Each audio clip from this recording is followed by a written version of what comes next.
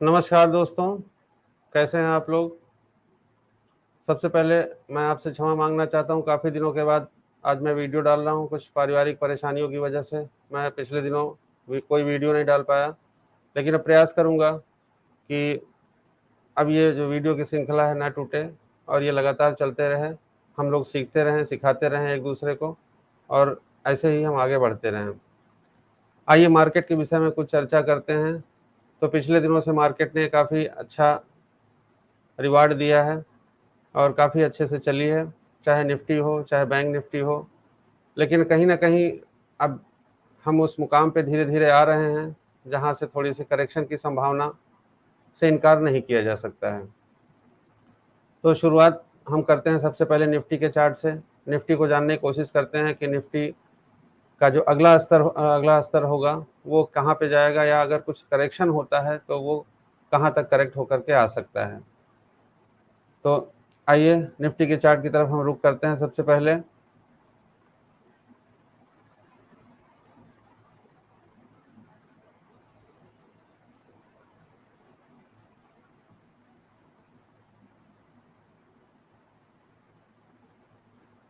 तो ये रहा मित्रों निफ्टी का चार्ट आपके सामने। निफ्टी का जो सबसे पहला है ये मंथली चार्ट है। मंथली चार्ट मैंने लगा करके रखा है। पिछले महीने के अगर हम एनालिसिस करें तो जो पिछले महीने 24,889 24,000 करीब 25,000 के आसपास जो है ये बंद हुआ 25,050 के आसपास। और इस महीने भी काफ़ी ये जुलाई मंथ का है, जुलाई मंथ में, लेकिन अगस्त मंथ में भी इसने काफ़ी अच्छा जो है ब्रेकआउट दिया है। और अगर ये इसके नीचे अगर कहीं आकर के 24,044 के आसपास का इसका स्तर बन रहा है, कहीं अगर इसको ये तोड़ेगा तब हम ये समझेंगे कि कहीं मार्केट में गिरावट शुरू होगी। फिलहाल जो ये 1,000 का पॉइंट है, तो कहीं ना कहीं ये मंथली बेसिस पे बहुत अच्छा ब्रेकआउट दिया है और इसमें ऊपर जाने की संभावना है। चूँकि मैं इसलिए कह रहा हूँ कि संभावना तो है ही है, क्योंकि काफ़ी अच्छा ब्रेकआउट हुआ है। लेकिन अगर हम इसके आरएसआई को देखें तो आरएसआई में कहीं न कहीं एक बहुत अच्छा तेज़ी हुआ है और यहाँ से एक गिरावट की संभावना से इनकार भी नहीं किया जा सकता है। क्योंकि सारे स्टॉक्स में, चाहे निफ्टी हो या बैंक निफ्टी हो, कहीं न कहीं मंथली, डेली, वीकली में सब में आरएसआई, केवल डेली में अभी थोड़ी-सी जगह बन रही है, क्योंकि डेली में देखिए 71 पे है और वीकली अगर हम देखते हैं तो वीकली में भी अभी जगह थोड़ी-सी बची हुई है। तो थोड़ी-सी तेज़ी की संभावना और हो सकती है, लेकिन कहीं न कहीं आने वाले दिनों में ऐसा लग रहा है कि एक अच्छा करेक्शन के चांसेस बन रहे हैं। अगर हम वीकली बेसिस पे देखें तो ये 25,000 24,500 के आसपास यहाँ एक रेजिस्टेंस बन रहा है और फिर जो अगला होगा वो 23,950 के आसपास है। जब तक इनके बीच में रहेगा तब तक कंसोलिडेशन हो सकता है। अगर इस रेंज को तोड़ करके आगे ऊपर की तरफ ये चलता है तो तेज़ी की संभावना होगी, क्योंकि आरएसआई अभी पूरी तरीके से कंफर्ट जोन में है, इस नाते थोड़ी तेज़ी और बनने की संभावना बन रही है। अब हम आइए बैंक निफ्टी के चार्ट की तरफ रुख करते हैं कि बैंक निफ्टी क्या कह रहा है। बैंक निफ्टी के चार्ट को आपके सामने मैं प्रस्तुत कर रहा हूँ।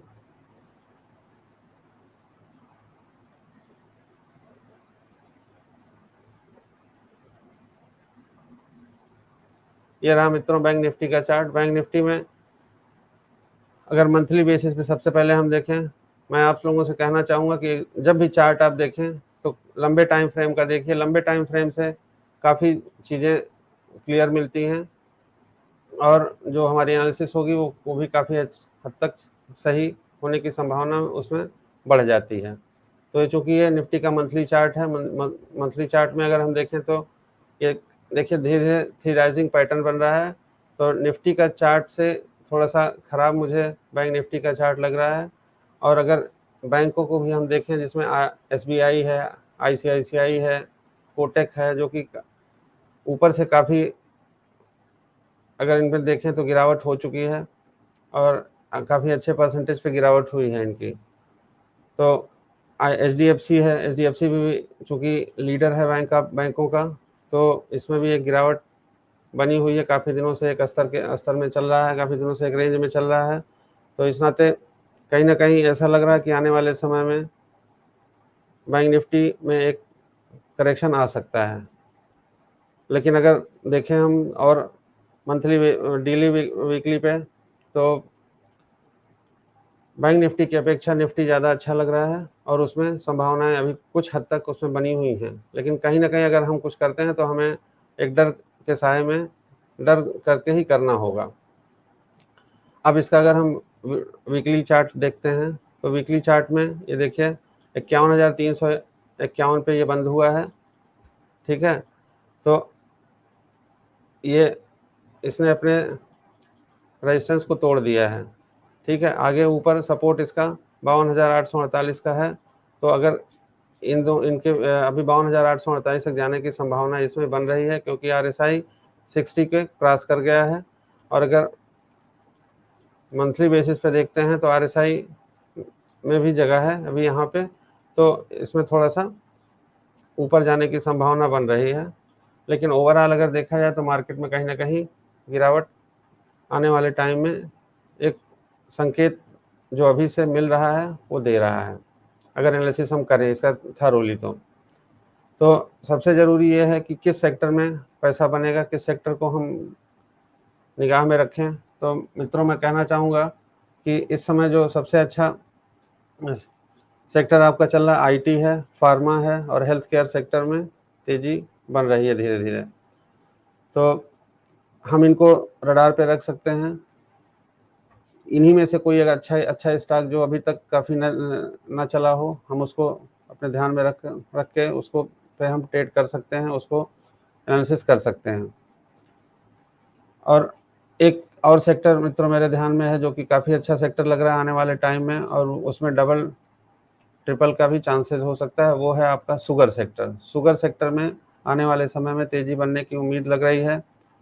और एक सेक्टर और भी है जो कि काफ़ी अच्छा लग रहा है, जो कि हम कह सकते हैं केमिकल का सेक्टर, ठीक है। तो शुगर सेक्टर में जैसे डालमिया शुगर है, ठीक है, इस तरीके के जो सेक्टर हैं वो काफ़ी अच्छे लग रहे हैं। आप उन पे भी एनालिसिस करके उसमें भी ट्रेड कर सकते हैं। देखिए मित्रों, ये मेरा एनालिसिस है। मैं ना तो खरीदने की, बेचने की, ना होल्ड करने की सलाह मेरी नहीं है। बस ये है कि हाँ, हम सीख रहे हैं, जो मैंने सीखा है वो मैं आपको बता रहा हूँ, और उसी के बेस पे हम आगे काम भी करेंगे।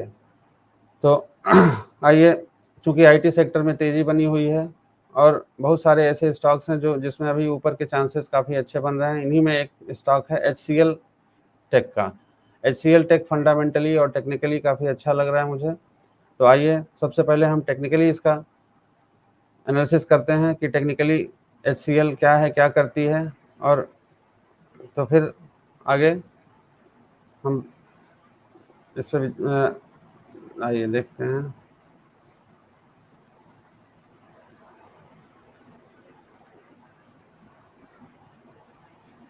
यह है HCL टेक का फंडामेंटल एनालिसिस। तो HCL टेक जो है एक leading global IT services company है, जिसका टॉप 5 इंडियन IT सर्विसेज में इसका नाम आता है इन टर्म्स ऑफ रेवेन्यू में। ये ग्लोबल लेवल पे जो है काफ़ी अच्छा काम कर रहे हैं। इनका IPO 99 में आया था। HCL Tech has focused on transformation, outsourcing and offers an integrated portfolio of services including software में, IT सॉल्यूशंस में, इंफ्रास्ट्रक्चर मैनेजमेंट में और R&D में इनका काफ़ी अच्छा योगदान है, जो कि इंडिया लेवल पे है, क्योंकि टॉप 5 रैंकिंग है इनकी। तो इनका जो मार्केट कैप है मित्रों वो 4,75,773 करोड़ रुपए का है। बुक वैल्यू है जो 252 रुपए की है। स्टॉक पी है 29 का, जो कि काफ़ी अच्छा है। ROCE है 29.6% का। ROE है 23.3% का। प्राइस टू बुक वैल्यू काफ़ी सस्ता है, 6.97 का है। और डेब्ट टू इक्विटी रेशियो वो भी नाम मात्र के बराबर है, 0.08 का है।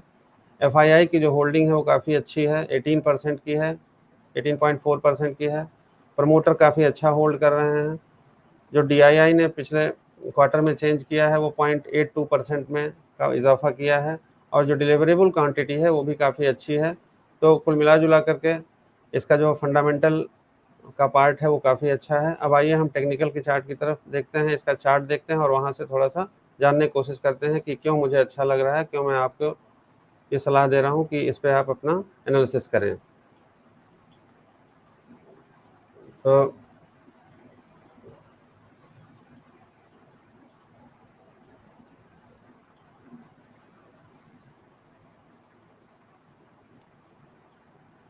ये है, देखिए मित्रों, एचसीएल टेक का चार्ट आपके सामने खुला हुआ है। एचसीएल टेक का ये मंथली चार्ट है। तो काफ़ी अच्छा ब्रेकआउट किया है इसने और काफ़ी दिनों के बाद, जो कि 1 मार्च 2024 का ब्रेकआउट है। अगर इसको वीकली बेसिस पे हम देखें तो इसमें भी काफ़ी अच्छा ब्रेकआउट हुआ है और मंथली डेली पे अगर देखते हैं तो डेली में भी अच्छा ब्रेकआउट होकर के फिर से ये अपने रेजिस्टेंस के पास धीरे धीरे आ रहा है। तो फिलहाल अगर हम इसको चाहें तो हम इसको कुछ टाइम के लिए, चूँकि ये इसकी RSI 74 पर पहुंच गई है, चूँकि ये थोड़ा-सा करेक्ट होकर के अगर ये 1600-1700 के आसपास मिल जाता है तो बहुत ही अच्छा लेवल होगा लेने का। अदरवाइज़ हम इसमें जो है एक होल्डिंग कर सकते हैं कुछ टाइम के लिए। इसका जो अभी का टारगेट बनता है वो, अगर हम यहाँ से यहाँ तक का लेवल निकालें तो 1692 से 1300, करीब 300, 350 का इसमें टारगेट निकलता है। तो करीब 2000 तक का टारगेट इसमें आने की संभावना आने वाले दिनों में बन सकती है। और अगर बाकी हम मार्केट को देखें तो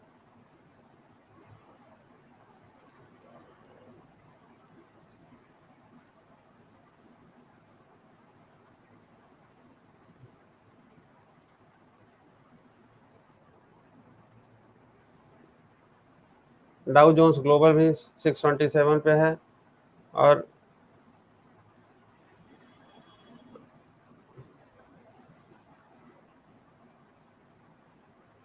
यूएस डॉलर हमारा 83.84 पे चल रहा है। बाकी सब मिला जुला के ठीक है। तो ये रहा मेरा एनालिसिस मित्रों। कैसा लगा आपको? कृपया अपने सुझाव कमेंट जरूर लिखेंगे।